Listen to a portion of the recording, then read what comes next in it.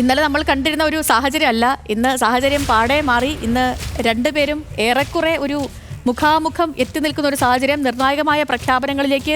നമ്മൾ ഈ ഒരിക്കൽ കൂടി പറയാം, നമ്മൾ ആരും യുദ്ധം ആഗ്രഹിക്കുന്നില്ല, അങ്ങനെ ഒരു നടപടി ഉണ്ടാകരുതെന്നാണ് ആഗ്രഹവും ഒക്കെ. പക്ഷേ എങ്കിൽ പോലും ഈ അയൽക്കാരുടെ പ്രതികരണം അത് എല്ലാ സീമകളും ഇപ്പോൾ തീർച്ചയായും ഒരു മര്യാദയില്ലാത്ത രീതിയിലാണ്. അതിന് ഏറ്റവും പ്രധാനപ്പെട്ട ഉദാഹരണം സേതു, ഒരിക്കലും യാത്രാ വിമാനങ്ങളെ ലക്ഷ്യമിട്ടുകൊണ്ട് ഒരു ആക്രമണം നടത്തി അല്ലെങ്കിൽ ഇന്ത്യക്കെതിരെ അതിനെ ഒളിപ്പിച്ചു വെച്ചുകൊണ്ട് ഡ്രോൺ കടത്തി എന്നുള്ള എല്ലാം ഞെട്ടലോടെയാണ് ലോകം കേട്ടിട്ടുള്ളത്. യഥാർത്ഥത്തിൽ ഇന്ത്യയുടെ പ്രത്യാക്രമണത്തിൽ അല്ലെങ്കിൽ പ്രതിരോധത്തിൽ ഒരു യാത്രാ വിമാനത്തിന് ഏതെങ്കിലും തരത്തിലുള്ള അപകടം സംഭവിച്ചിരുന്നെങ്കിൽ ഇന്ത്യയുടെ പ്രതിച്ഛായ എന്താകുമായിരുന്നു എന്നുള്ളതാണ്.